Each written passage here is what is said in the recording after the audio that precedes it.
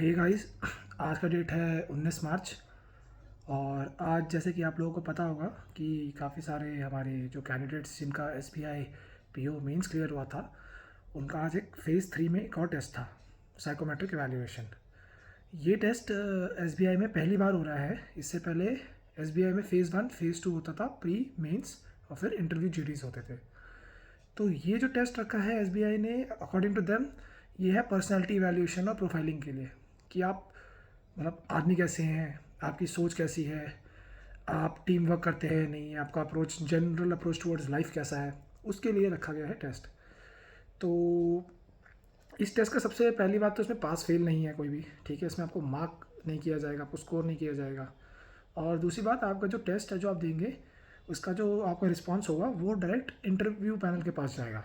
तो जब आप जीडी के बाद इंटरव्यू देने जाएंगे तो इंटरव्यू पैनल के पास आपका ये आज का जो भी आपने टेस्ट में रिस्पॉन्सेज दिए हैं वो उनके पास रहेगा।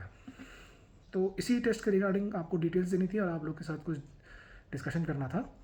तो इस वीडियो को हम 3 पार्ट्स में डिवाइड करेंगे। पहला पार्ट में मैं बताऊंगा कि पेपर से पहले का जो एक हफ़्ता था उसमें हमारा क्या माइंडसेट था, क्या जानकारी थी। दूसरा पार्ट होगा ऑब्वियसली मैं साइकोमेट्रिक टेस्ट के बारे में डिटेल से एक्सप्लेन करूँगा। और तीसरे पार्ट में मैं थोड़ा सा जो एडवाइस और जो टिप्स मैं समझ पाया हूँ कि आगे आने वाले लोगों के लिए जो फ़ायदेमंद होंगे वो मैं आप लोगों के साथ शेयर करूँगा। तो स्टार्ट करते हैं पहले पार्ट से कि पेपर से पहले मुझे क्या नॉलेज थी। देखिए, जब S B I P O का नोटिफिकेशन आया था तो उसमें मेंशन था कि प्री और मेंस के अलावा एक साइकोमेट्रिक एवेल्यूशन भी होगा और जीडी इंटरव्यू अलग से होंगे। तो उस समय तो यार थोड़ा पढ़ के मैंने इग्नोर किया क्योंकि मेन फोकस ऑब्वियसली प्री और मेंस पर रहता है। फिर अभी जो फिलहाल मेंस का रिजल्ट आया, मतलब लिस्ट आई पीडीएफ की, इसमें कैंडिडेट्स के रोल नंबर थे, उसके 2 दिन बाद ही साइकोमेट्रिक का एडमिट कार्ड आ गया और विद इन 1 वीक पेपर की डेट थी। तो थोड़ा अपन सकते में है कि है क्या चीज़।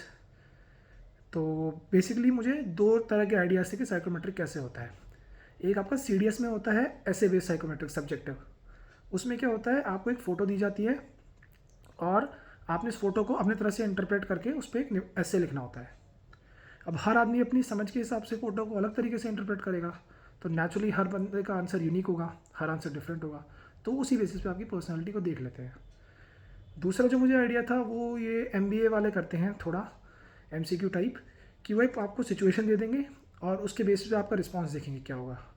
एग्जांपल के तौर पे मैं आपको क्वेश्चन देता हूँ कि how inclined would you be to help a complete stranger.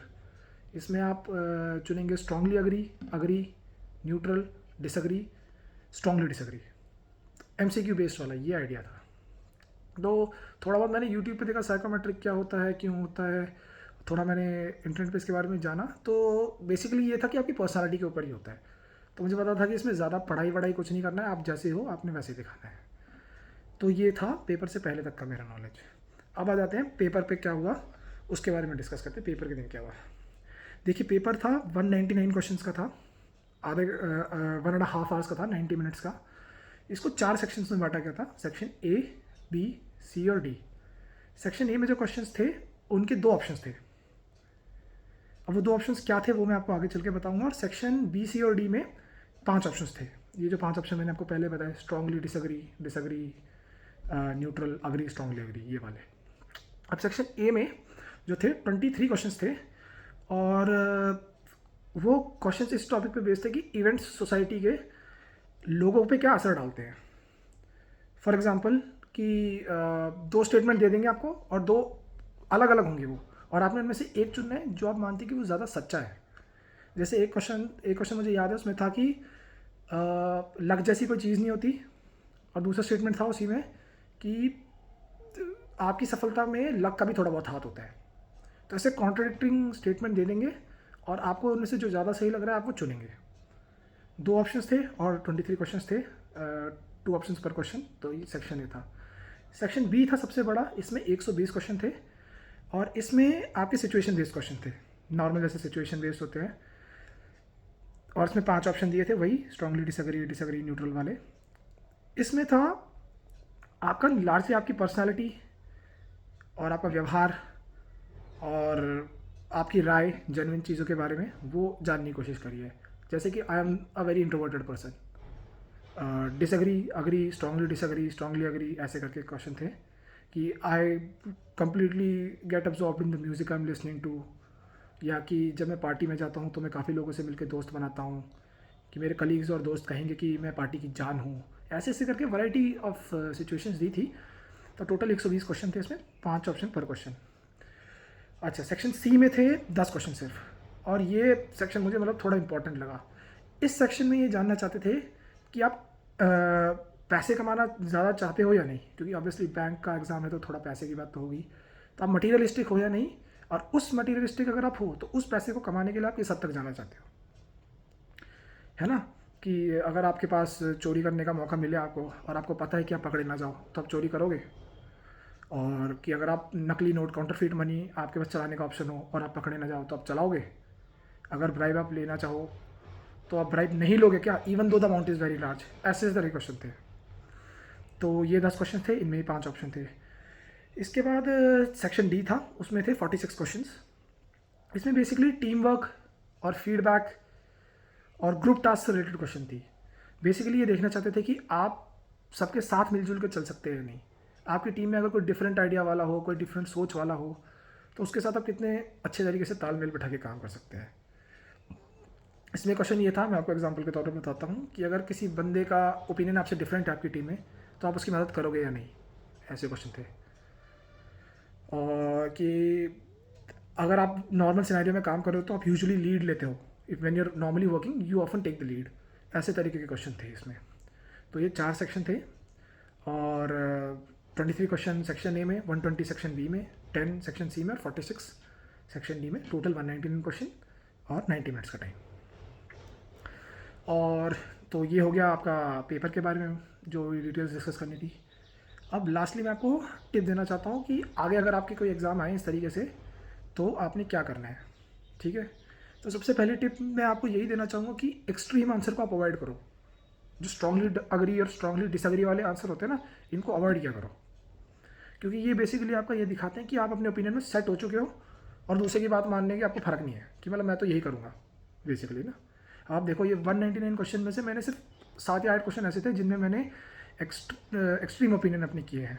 जैसे वो अभी मैंने आपको बताया कि आप चोरी करोगे या नहीं वाले में, उसमें मैंने स्ट्रांगली डिसएग्री किया। कि आप नकली नोट चलाओगे या नहीं, उसमें मैंने स्ट्रांगली डिसएग्री किया। एक दो क्वेश्चन ऐसे भी थे कि कभी कभी मेरे को लगता है कि ज़िंदगी बेकार है और मैं अपनी ज़िंदगी ख़त्म कर दूँ। ऐसे क्वेश्चन भी आए थे सेक्शन डी में, तो उसमें मैंने स्ट्रांगली डिसएग्री किया। एक क्वेश्चन सेक्शन बी में आया था कि वोटिंग बेकार है, नहीं करना चाहिए, कोई फ़ायदा नहीं है, उसमें मैंने स्ट्रांगली डिसएग्री किया। मतलब बेसिकली जो आपके कोर प्रिंसिपल है ना, जिनके साथ आप कॉम्प्रोमाइज़ नहीं कर सकते किसी भी सिचुएशन में, जो मतलब जिन मामलों में आप पक्के हो, उन्हीं में आप एक्सट्रीम रिस्पॉन्सेज मार्क करो। बाकी जनरली अग्री डिसअग्री पे ही रहा करो, क्योंकि यार ओपिनियन है बंदे का, कभी कभार चीज़ें नहीं पता होती हैं, नई चीज़ पता चलेगी तो ओपिनियन चेंज हो जाएगा, है ना। ओपन माइंडेडनेस दिखानी चाहिए अपनी। तो इसी के लिए जितना हो सके आप एक्सट्रीम रिस्पॉन्सेज अवॉइड कीजिए। ठीक है, पहली टिप ये है। दूसरी टिप ये है कि यार पता है एग्ज़ाम में अभी इसी एग्ज़ाम में हुआ कि एक ही क्वेश्चन ना घुमा घुमा के 2-3 तरीके से पूछ रहे थे। जैसे कि सेक्शन सी में पूछा कि ज़्यादा पैसा कमाना आपके लिए इंपॉर्टेंट नहीं है, और मेरे लिए तो है, मैंने डिसएग्री किया उसमें। तो 3-4 क्वेश्चन बाद एक क्वेश्चन है कि लग्जरी आइटम्स अगर मेरे पास होंगे तो मुझे सेटिस्फैक्शन होगी। अब काफ़ी लोग उसको ना थोड़ा मटीरियलिस्टिक मान के संत महात्मा बन के उसको कुछ और मार्क करते, मैंने उसमें भी अग्री मार्क किया, क्योंकि बेसिकली वो सेम ही क्वेश्चन था कि आप कितने मटीरियलिस्टिक हो। मैं तो हूँ मटीरियलिस्टिक, कोई चक्कर नहीं, पैसा कमाना है तो सबने कमाना है, अच्छा कमाना है, अच्छी ज़िंदगी जीनी है, लेकिन उस पैसे के लिए गलत काम नहीं करने। वो सेक्शन सी का मोटिव ये था कि आप कितने एम्बिशियस हो और उस एम्बिशन को पूरा करने के लिए आप किस हद तक जा सकते हो। ठीक है, तो चलो मैं पॉइंट से भटक गया। पॉइंट मेरा ये था कि क्वेश्चन ना घुमा घुमा के, एक ही क्वेश्चन घुमा घुमा के अलग तरीके से पूछ सकते हैं, तो आप ना कंसिस्टेंट रहना थ्रू आउट। अगर आपको लग रहा है कि क्वेश्चन सेम ही थीम पे पूछा जा रहा है और सेम ही चीज़ के बारे में वो आपसे जानना चाह रहे हैं, तो अपने आंसर कंसिस्टेंट रखना। ये नहीं कि आपने पहले कुछ और बोल दिया और जब उन्होंने क्वेश्चन घुमाया तो फिर आपका आंसर कुछ और था। ऐसे ना इंटरव्यू पैनल वाले समझ जाएंगे कि ये बंदा ना वो नहीं, हेड स्ट्रॉन्ग नहीं है, कंसिस्टेंट नहीं है, तो ये थोड़ा दिक्कत आ जाती है। ठीक है। तीसरी टिप मैं आपको ये दूंगा कि यार संत महात्मा बनने की कोशिश मत करना। या ना इसमें साइकोमेट्रिक में कि सब अच्छा अच्छा मार्क कर दूंगा, एकदम अग्री अग्री स्ट्रांगली अग्री कर दूंगा और सब बढ़िया हो जाएगा। क्योंकि ये रिपोर्ट जानी है इंटरव्यूअर के पास, इंटरव्यू आपका एक देखेगा और उनको पता लग जाए कि ये संत महात्मा बन रहा है, फिर वो अच्छे से आपका इंटरव्यू लेंगे एकदम बढ़िया तरीके से। अगर आप मतलब समझ रहे हैं मेरा, तो ठीक है ना, वो सारा आपका संत महात्मा वाला चीज़ निकाल देंगे। तो मेक श्योर कि जो आप हो वही दिखाओ। तो फ़िलहाल के लिए यही टिप्स थी और ये मेरा एक्सपीरियंस था जो मैंने आप लोगों के साथ शेयर किया। अच्छा, आप लोग ना कमेंट में यार मुझे बताना जिन जिन का एसबीआई क्लर्क क्लियर हुआ है उनके कितने नंबर आए हैं, और जिन जिन का एसबीआई पीओ मेंस क्लियर हुआ था उनके कितने कितने नंबर आए हैं। क्योंकि एसबीआई सॉरी आईबीपीएस पीओ का जो क्लियर हुआ उसमें कितने नंबर है, क्योंकि एसबीआई क्लर्क के लिए मैं एक वीडियो बना चुका हूँ अपने चैनल पे, उसका लिंक मैं डिस्क्रिप्शन में डाल दूँगा। लेकिन मेरे को आईबीपीएस पीओ के लिए भी एक वीडियो बनानी है, तो उसके लिए मैं थोड़ी डेटा गैदर कर रहा हूँ कि कितने लोग ने क्या क्या किया है, तो उसी के बेसिस पे मैं अगली एक वीडियो बनाऊँगा। चलिए ठीक है, फिर इस वीडियो के लिए इतना ही। अपना कीमती समय देने के लिए धन्यवाद।